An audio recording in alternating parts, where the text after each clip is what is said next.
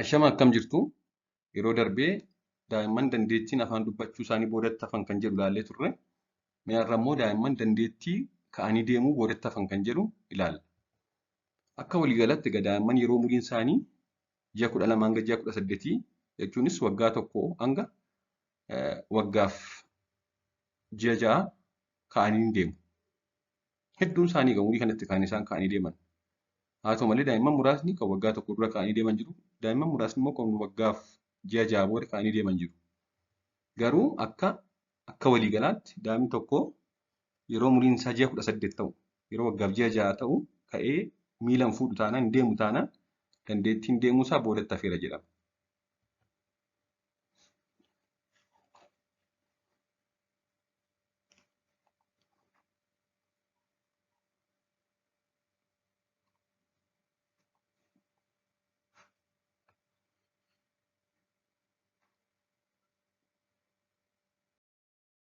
Baby Aber's first walk.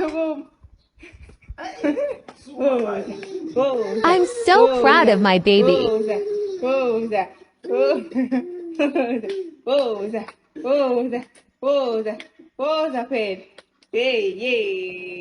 She's even dancing.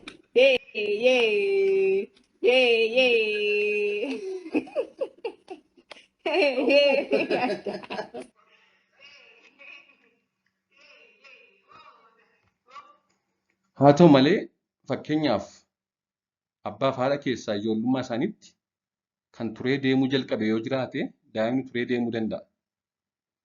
Haati yookaan abbaan ijoollummaa isaaniitti yookaan lamaan isaanii turanii deemuu jalqaban yoo ta'e daa'imni isaaniis akkuma kana ta'uu danda'a. Kun noormaaliidha jechuudha. Ji'a 18 boodayyuu waggumaaf ji'a 6 boodayyuu ka'ee deemuu danda'a abbaa fi haati yoo akkas turan ta'e. Ijoolleen tokko tokko akkuma afaan dubbachuu xiqqoo turan deemuus kan xiqqoo turan jiru. Kun egaa leet biluumers jedhamu. Xiqqoo turanii ka'anii deemuu walumaa kaa wajjin wal qixxaatu jechuudha. Kun noormaal vaariyeeshiniidha. Garaagarummaan muraasni daa'imni qaamni isaa hundi nagaa yoo ta'e, naguma kan taphatu, naguma kan soorata fudhatuu fi kan guddataa jiru yoo ta'e, daa'imman muraasni xiqqoo boodatti hafuu danda'u waan ta'eef badaa nama hin yaaddeessu.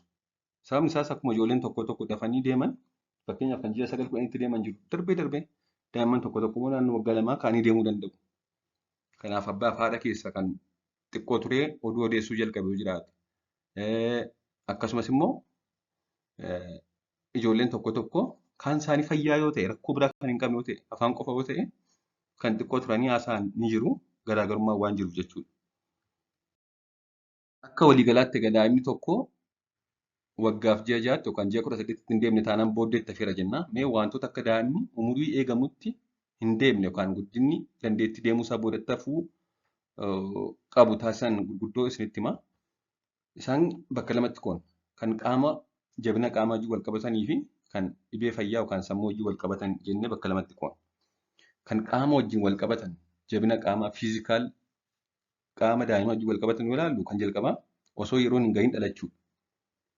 Akkasumas yeroo dhalatan ulfaatinni qaama isaanii xiqqaa ta'u. Daa'imni tokko yeroon hin gahin yoo dhalate kanneen akka yeroon isaanii gahee dhalate yeroodhaan deemuu dhiisuu danda'a. Isa kana kan nuti lakkaa'uu qabnu guyyaatti dhalachuu qaburraa kaalkuleet gooneeti malee guyyaan itti dhalate miti. Fakkeenyaaf daa'imni guyyaa 270 kan ji'a 9tti dhalachuu qabu yoo ji'a 7tti dhalate ji'a 2 irraa qabna jechuudha.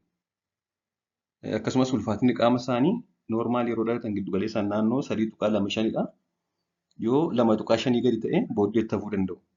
Kana malees yeroo dheeraaf dhibee fayyaa yoo godhatan, dhibee fayyaa godhatanii dhibamaa yoo turan, dhukkubsatanii ciisaa yoo turan, maashaan qaama isaanii jabina kan hin qabne yoo ta'e, hanqina vaayitaamin D kan qaban yoo ta'e, fakkeenyaaf hanqinni vaayitaamin D jechuun rikeetis kan jedhamudha. Vaayitaamin D akka lafee keessa kaalsheemiin gaariin jiraatu, ga'aan jiraatu taasisa. Kaalsheemiin immoo jabina lafee fi jabina ilkaaniif baay'ee murteessaadha. Daa'imman hanqina vaayitaamin D qaban egaa addi isaanii gara fuulduraatti dhufa, lafeen isaanii kan laphee isaanii irraa, kan dugda isaanii irraa, kan miila isaanii irraa ni jajallata, luka biraakeetiif akka suuratti argitan kan jennu jechuudha. Akkas godhatu jechuudha. Hedduun isaanii sababa ifa aduutti sirriitti hin baaneefidha. ijoollummaa isaaniitti ifa aduu ga'aa dhabuudhaan kan ka'e. Kana malees hanqina hormoonii taayiroidii, haayipootaayirooidizimii. Hanqinni hormoonii taayiroidii guddina daa'immanii boodatti hambisuu danda'a. Kana malees mallattoo dabalataa kanneen akka gogiinsa garaa, baay'ee rafuu, xiqqoo nyaachuu, kiiloo isaanii dabaluu kan kana fakkaatan ni qabu. Garbiraan kan fayyaa qaamaa waliigalaa wajjin wal qabatanidha. Kan sammuu miidhan fa'a. Fakkeenyaaf miidhaa yeroo da'umsaa sammuu daa'imaa irra ga'e. Daa'imni yeroo dhalatu affanamee ture taanaan, ukkaamamee ture taanaan, yeroo dhalatu kutaa daa'imman xixiqqoon ciisanii yaalan sababa affanameef ciiseera taanaan, sammuu daa'imaa irra miidhaan ga'ee guddina qaamaa qofa osoo hin ta'in dandeettii deemuu qofa osoo hin ta'in dandeettiin dubbachuu fa'aallee booddeetti hafuu danda'a. Kana malees rakkoo dugugguruu dugdaa wajjin wal qabatan ispaayinaa beefidaa kan jedhaman rakkoo dugugguruu dugdaa miidhan akka daa'imman ka'anii hin deemne miila isaanii kan laaffisu kun fa'aa yoo jiraate akkas gochuu danda'a. Kana malees rakkoo kiroomosoomii fi maashaa qaamaa kan uuman kanneen akka daawun sindireem kan jedhamu, firaajaayil X sindireem, piraader wiilii sindireem kan kana fakkaatan kan jedhaman akka daa'imni dafanii hin deemne taasisuu danda'u. Haa ta'u malee hedduun isaanii naguma kan guddataa jiran, naguma kan nyaatanii dhugan, naguma kan taphatan, fuula isaanii irraa mallattoon adda ta'e kan daa'ima adda ta'e hin jiru yoo ta'e maatii yookaan abbaa fi haadha keessa kan ture haasa'e yoo jiraate ofuma isaanii booda haasa'uu ka'anii deemuu danda'u.